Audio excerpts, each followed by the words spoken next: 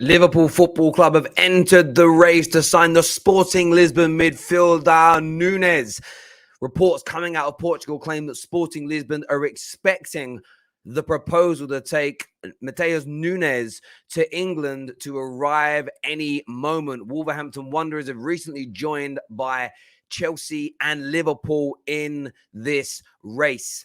This is a player that Chelsea have been looking at, and rumors have been emerging around this deal for a number of weeks now. But could, as we move into the second half, the home straight, if you like, of the transfer window, Liverpool go and improve that midfield area, which is so vitally needed? Liverpool fans want it. Chelsea fans want it as well. Wolves in the background. This could be a massive Premier League signing. It really, really could. Leave us your comments below. Subscribe to the Football Terrace. Let's go.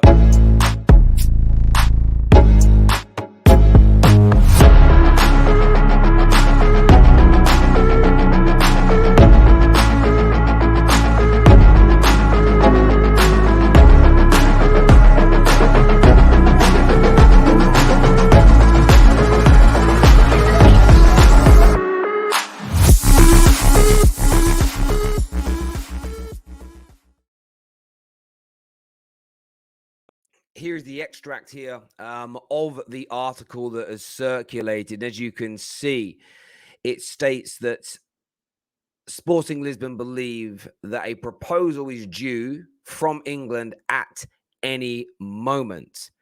It says here, none of the suitors have given up on hiring him yet in terms of signing him. Wolverhampton Wanderers were joined by Chelsea and more recently Liverpool. Liverpool Football Club have entered the fray. Liverpool Football Club want to bring this very talented midfield player into Anfield. And when you look at where he plays and where he conducts himself, he is a central midfield player.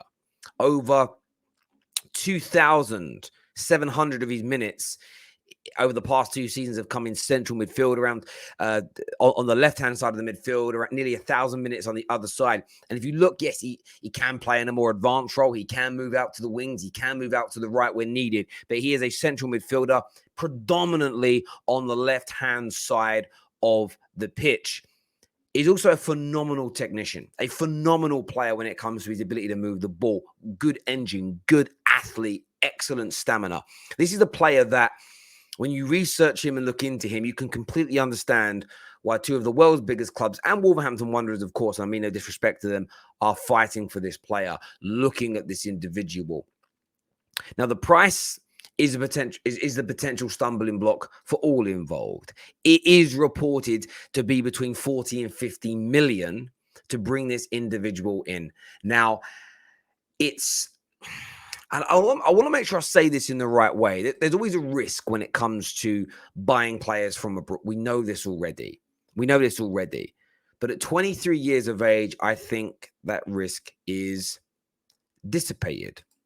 And I say that because you're not talking about an 18-year-old who's likely to be homesick, never been away from his family or never been away from... This is a 23-year-old. This is an individual with 120 club appearances.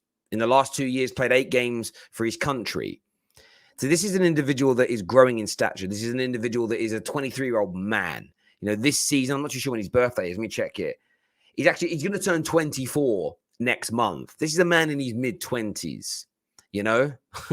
The frontal lobe of his brain is almost fully formed on average 25 years of age. There's less of a risk. Not a guarantee, but less of a risk. And for me, Liverpool and Chelsea both need to improve their midfields. And this could be the individual to do it, because, you know, this is an individual, when you go through the articles, you can read what you want to read about him, but this is an individual that is got the ability to break lines with great penetrative passes. This is an individual that has a great ability to carry the ball. His range of passing is absolutely phenomenal, and he has excellent speed and strength, as I've already mentioned. This is an all-round top-class technical football player. And when you look at Thomas Tuchel and when you look at Liverpool Football Club, it's what you need in the middle. I think of Jorginho, but with more physicality. That would be how I would describe this player. And when he's deep lying, he has that ability to whip a ball in from deep, cut through the lines, put a player in behind, break break down the play. But what he has, additionally to that, he has those legs. He has those Gini Wijnaldum legs. He has that Gini Wijnaldum energy. It's almost like combining Jorginho and Gini Wijnaldum together. It may not be as fast as Gini at his absolute peak, but overall, you've got a physical specimen who is technically gifted, who reads the game. That's dangerous. That's dangerous. One of the reasons why people like Rio Ferdinand, Jaap Stam, Sol Campbell, Virgil van Dijk, do you know why they were such good centre-backs? Because they could read the game as well as anybody. But they also had the physicality to get themselves out of trouble if they ever were caught out. John Terry, one of the greatest centre-backs in Premier League history, irrespective of what you think of him as the person. But if he ever got caught out, because of his lack of mobility, he was done. You see Harry Maguire at Man United, nowhere near the level of any of the defenders I've mentioned.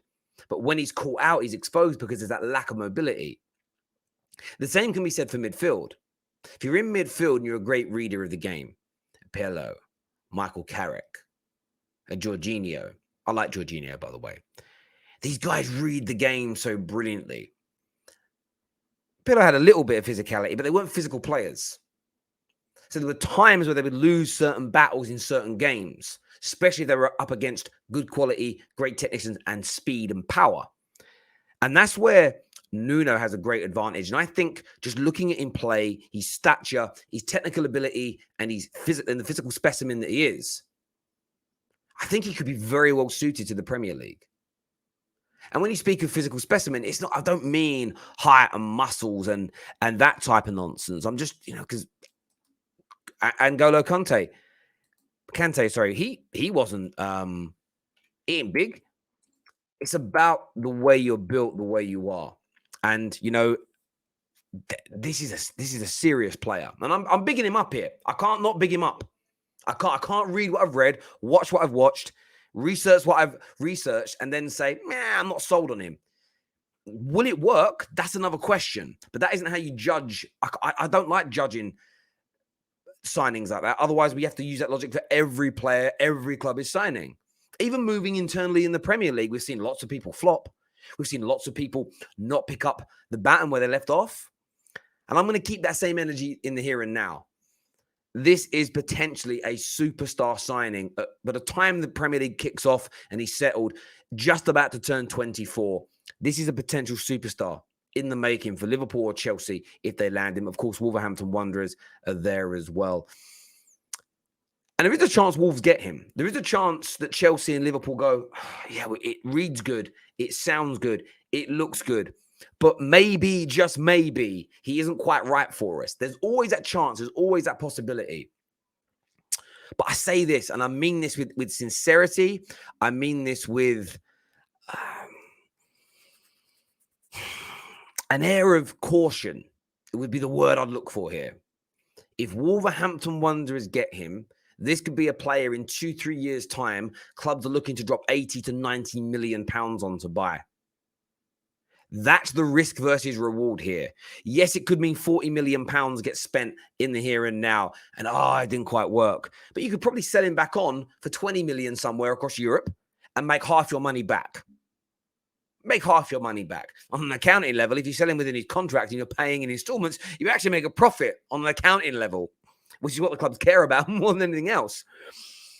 But if he works out, you might save yourself from having to spend 40, 50 million pound more. And that's what needs to be weighed up here. A brilliant passer of the ball, an excellent technician, a good engine, a solid, reliable central midfield player with star quality to boot. This is the type of player that Liverpool and Chelsea should be trying to sign. And for me, as a rival watching, that is serious business. Do you know what's interesting? And I'm going to throw this into the mix here. Liverpool want Jude Bellingham. How much better is Jude Bellingham going to be than Nunes?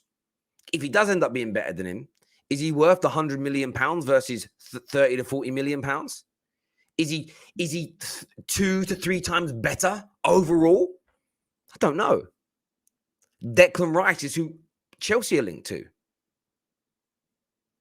You're talking 100+ million for him. Is he that much better? Yes, you've got the commercial aspect of Jude Bellingham and Declan Rice, stars of the England team. The image rights are worth a lot more money. I completely get that. So maybe you're adding 20, 30 million pounds on that for the commerciality. But, and I stand by this and I say it, and I want your views and I want your opinions. But Nunes at 30, 35, 40 million. That's the prices. If there's 3 teams trying to buy him, you're probably looking at near a 40 because the bidding war will take place. But surely that is fantastic money, value for money. Fantastic value for money. A great option in the here and now, but a player with the ability to really rise himself up and go to that next level. Look, I want your thoughts and I want your feelings on this, people. Nunes to Liverpool. Smash the like and share button. Nunes to Chelsea. Will they be able to step in and get it done? Or will Wolves win this battle? Until next time, take care. Goodbye. God bless. See you soon.